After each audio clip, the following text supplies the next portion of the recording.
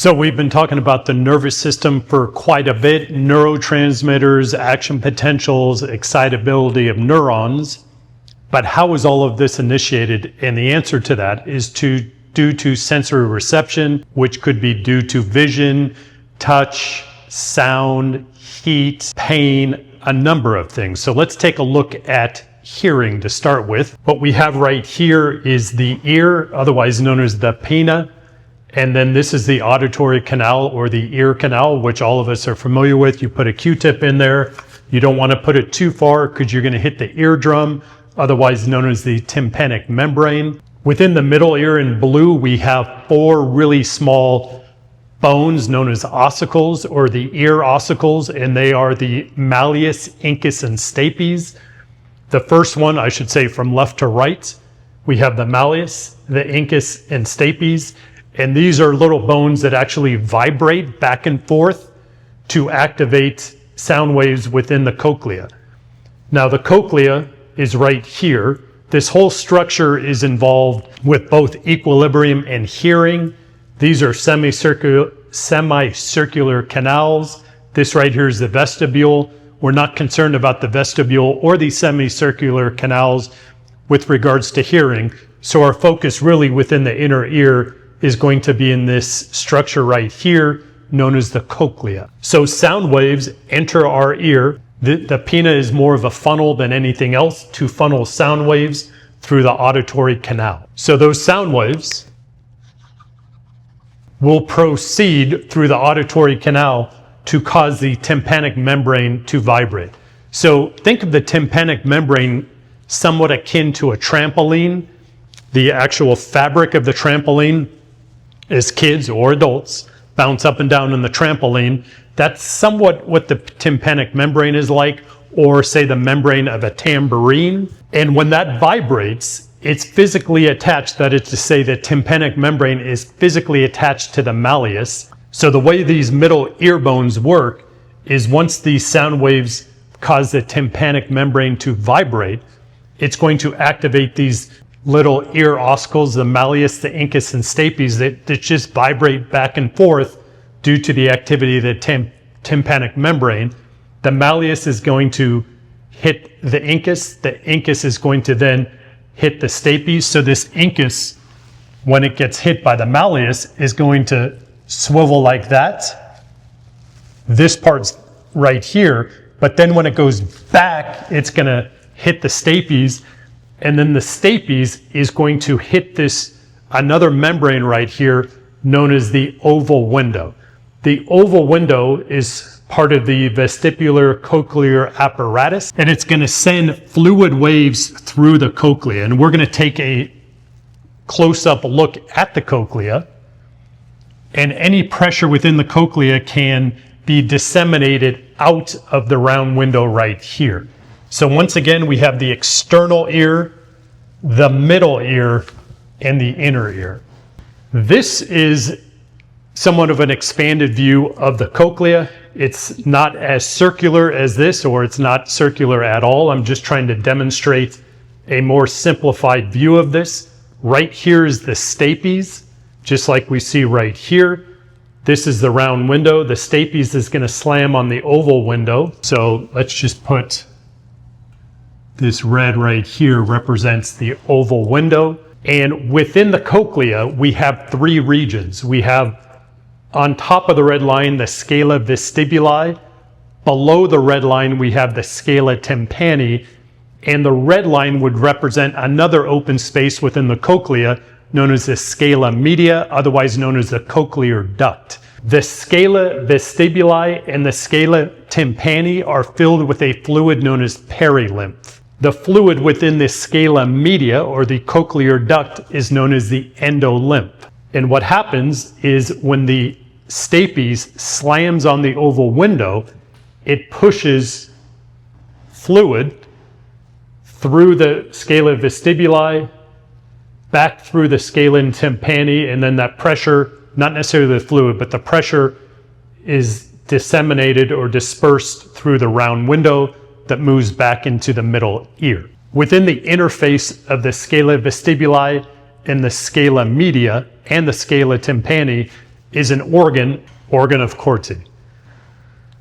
Okay, so what we have here, scala vestibuli right here. This is a cross section of the cochlea. We have the scala vestibuli. On the bottom we have the scala tympani, just like we have right here. And in the middle, right where my finger is the scala media, otherwise known as the cochlear duct. And within this region, we have the organ of Corti, which involves these hair cells. We have a membrane in pink right here that these hair cells or stereocilia are embedded within. Now these stereocilia, when fluid flows through the scala vestibuli, pass through here and then the scala tympani, it creates actual waves within this fluid, within the perilymph, and also to a certain degree within the endolymph that occupies the scala media. And that's going to bend these hair cells, specifically the stereocilia. And when those stereocilia bend, it's going to open up ion channels to depolarize these hair cells to get a signal to the cochlear nerve. And the cochlear nerve I haven't drawn here, but let's put that in really quick.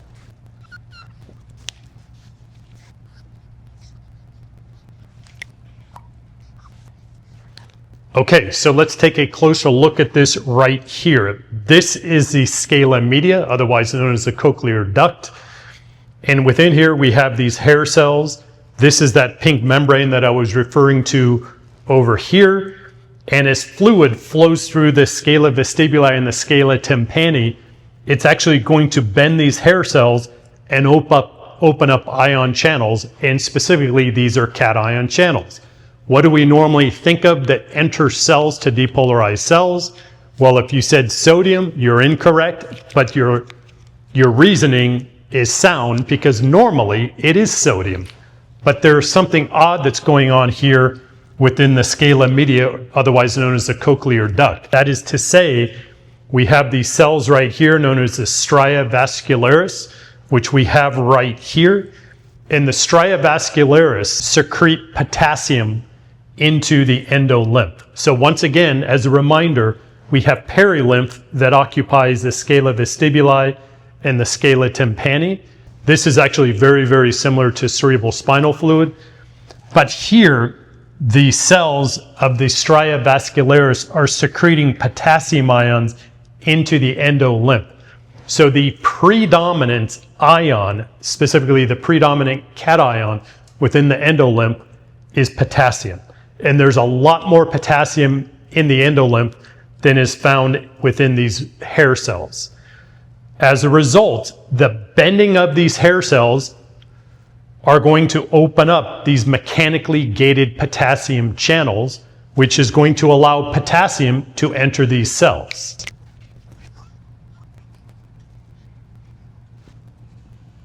And the influx of potassium is going to depolarize these cells. Keep in mind, this is totally antithetical to everything we've talked about within physiology up to this point. But potassium is actually moving down its chemical gradient, and not only its chemical gradient, its electrochemical gradient to depolarize the cell. The differential in voltage or charge between these hair cells and the endolymph is about negative 150 millivolts. It's super negative within these hair cells, making them super sensitive to any changes in sound. Sound's going to come with different gradations of sound waves. Even the smallest sounds or smallest sound waves will potentially have an impact in depolarizing these cells. Once these cells are depolarized, which once again are within the cochlea, it's going to send a signal or depolarization event down the cochlear nerve, which is a component of the vestibulocochlear nerve, otherwise known as cranial nerve number 8. It's going to depolarize along this nerve fiber,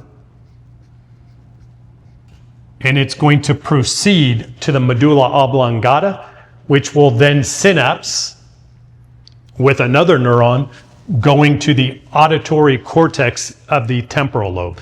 And that's how we hear, and that's a very simplified version of how we hear, but sound waves get funneled through the pinna into the auditory canal, vibrate the tympanic membrane, cause vibrations within these ear ossicles, the malleus, incus, and stapes. The stapes slams on the oval window, creates fluid flow within the cochlea that we see right here. It's going to activate the organ of Corti, which sits between the scala vestibuli and the scala tympani.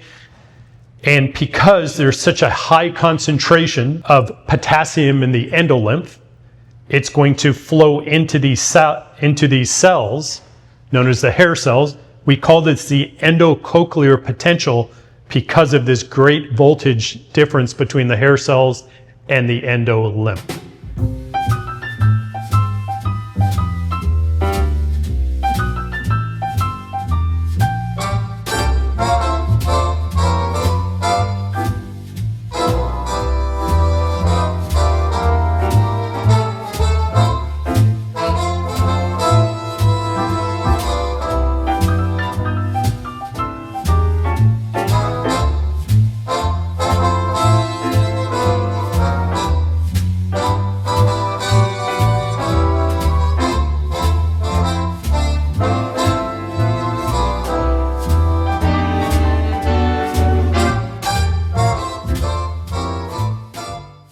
Okay, now let's continue talking about sensory reception or special senses.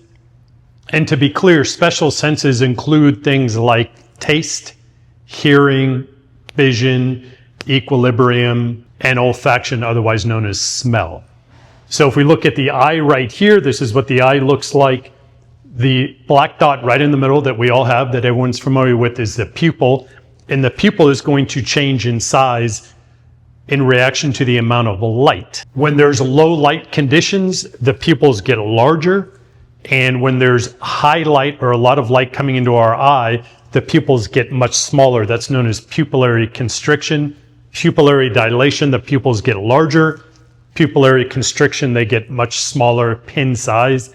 If you have ever been pulled over by a law enforcement official in the middle of the night and had that flashlight shined in your eyes, what they're trying to see is that your pupils are reactive to light. That is to say, if you're standing on the side of the road in the middle of the night with this wonderfully nice law enforcement officer chatting with you, your pupils should be dilated because there's not much light going into your eyes. But when they take that huge flashlight and shine it into your eyes, your pupils certainly should be constricting. If they're not, there are concerns. So what we have in the eye, so specifically around the pupil within this circle right here, is what's known as the iris. It's the color part of your eye. Individuals with lighter colored eyes, blue eyes, green eyes, have less pigment. People with darker eyes have more pigment in their iris. But the iris is composed of two muscles, a constrictor muscle and a dilator muscle. The constrictor muscle will cause the pupil to get really small. The dilator muscle will cause the pupil to get really large. So what I'm showing here in purple, these are the dilator muscles. These are radial muscles. That is to say, they come along the radius, the axis of the radius, if this were a circle, going towards the pupil. Sympathetic activity is going to activate these dilator muscles and cause these muscles to shorten. And when they shorten, this is what happens.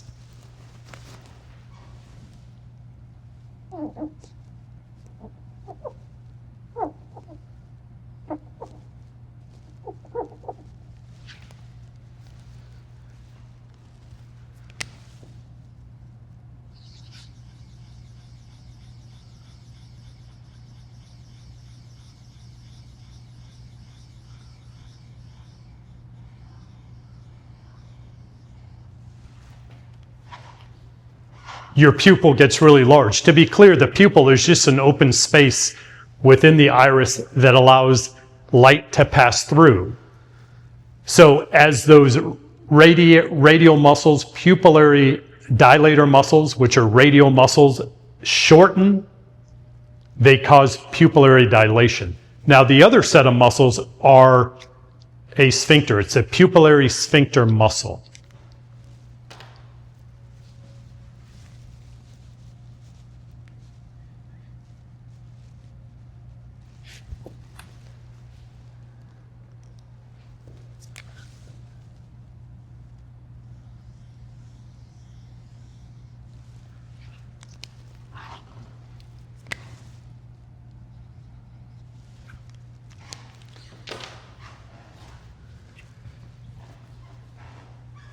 And the sphincter muscle looks something like this. It's just a circle around this open space.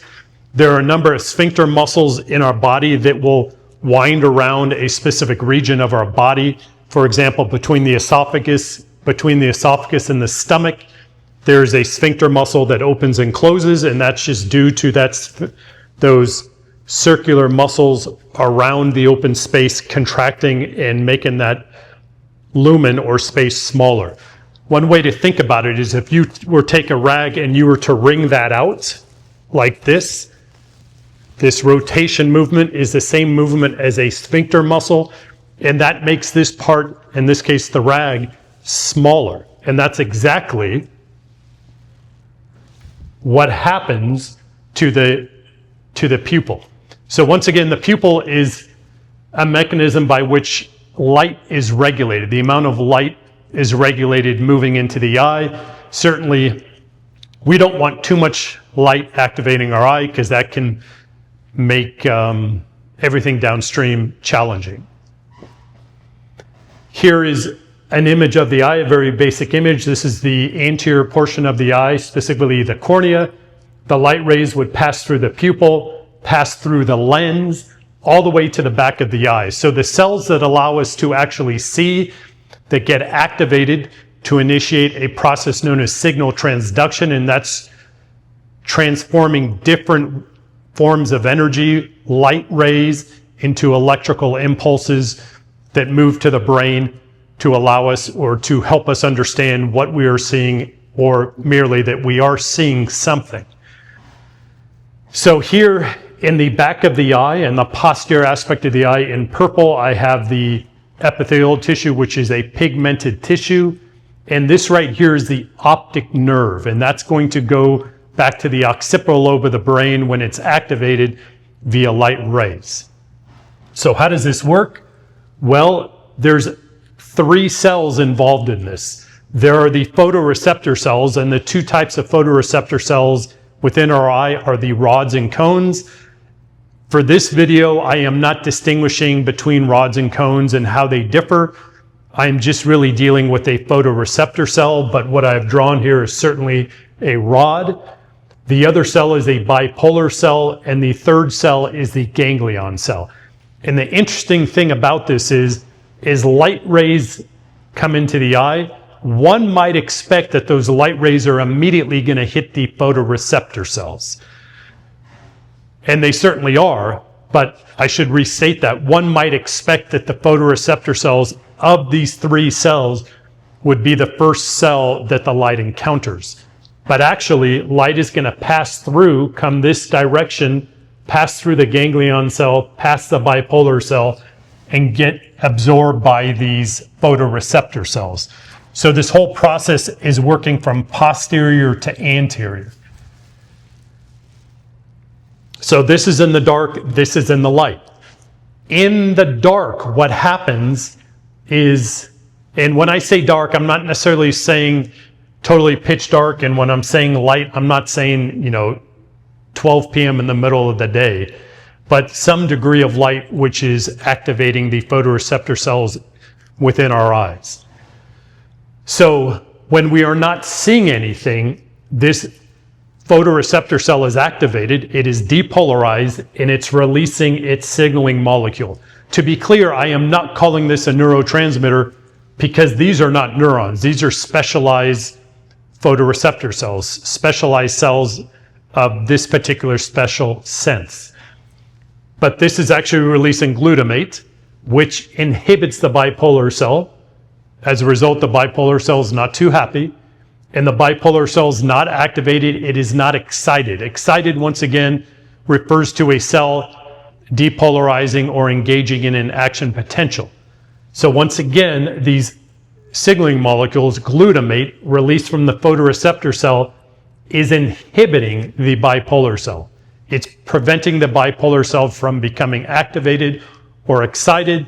As a result, the bipolar cell is not releasing any sort of signaling molecule, and the ganglion cell likewise is not excited, and it's not releasing any signaling molecule.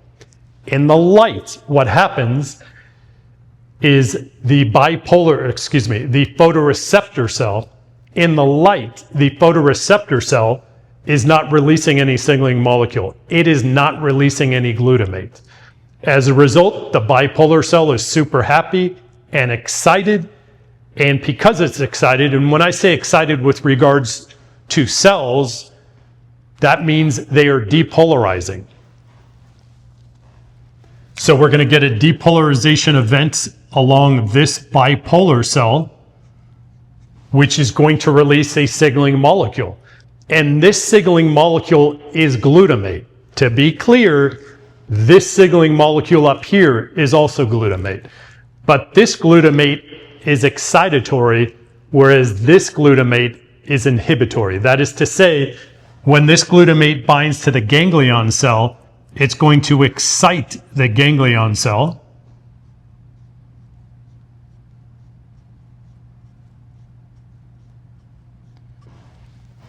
And send a depolarization event all the way down the optic nerve to the occipital lobe of the brain. Don't ask me what the neurotransmitter is released from the ganglion cell, because I don't know.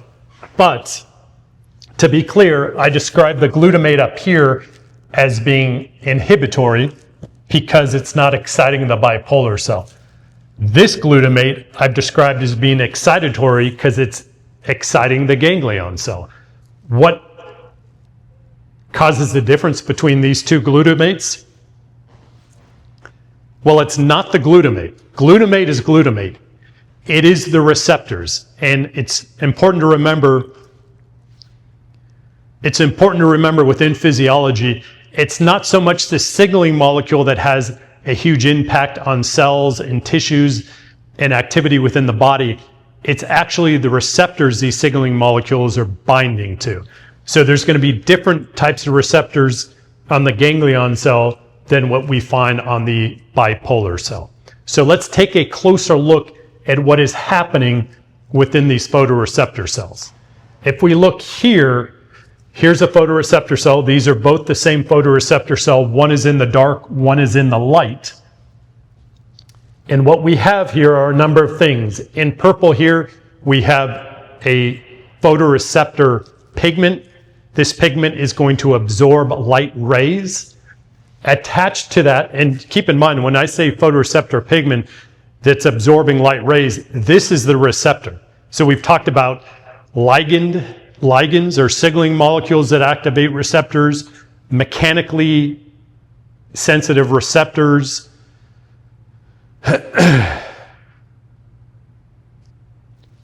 This is a receptor that's being activated by light, or not actually. The absence of light is actually activating this receptor.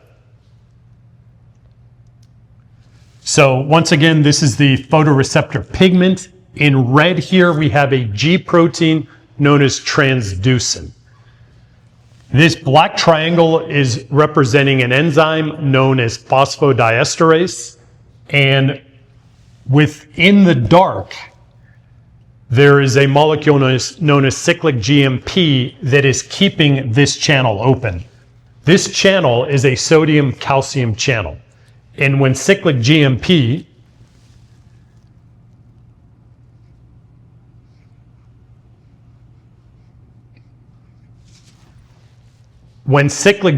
is bound to that channel, the channel is open, it allows sodium and calcium into the cell. Now, to be clear, there's also a potassium channel. This is a potassium leakage channel that's always open. But because more sodium and calcium are coming in than potassium leaving, this is going to slightly depolarize this cell. I put the positive signs in here pretty small to suggest it's only a slight depolarization. We're at negative 40 millivolts right here. And to be clear, anything within negative range is not depolarized, but one can think of it on the process of becoming depolarized. And it's another reason why I have the small positive charges here. But at negative 40 millivolts, it's going to open up this voltage-gated calcium channel, which we have seen in a litany of cells in pancreatic beta cells and in neurons. And the opening of this voltage-gated calcium channel is going to release glutamate. That glutamate will then bind to the bipolar cell, inhibiting the bipolar cell, preventing any other downstream activity in this whole series of excitable cells. In the light, what happens is the G protein is activated when this pigment is absorbing light rays. And that G protein is going to activate this phosphodiesterase enzyme. And I've drawn it now as an X because it's going to cleave apart cyclic GMP. And because it is impacting cyclic GMP is no longer bound to this channel. If cyclic GMP is not bound to the channel, it's going to close the channel, and sodium and calcium can no longer enter the cell, enter this photoreceptor cell. Keep in mind, potassium is still leaving, but sodium and calcium are no longer coming into the cell, so the cell moves down to negative 70 millivolts. We were at negative 40 up here, now we're at negative 70, and that negative 70 millivolts is not enough to open up this voltage-gated calcium channel, and as a result, there is no glutamate released. If there's no glutamate released, there's nothing inhibiting the bipolar cell. The bipolar cell depolarizes, releases its own glutamate, which activates the ganglion cell, which sends a depolarization event to the occipital lobe of the brain, allowing us to see things, all due to the absorption of light rays by these photoreceptor cells.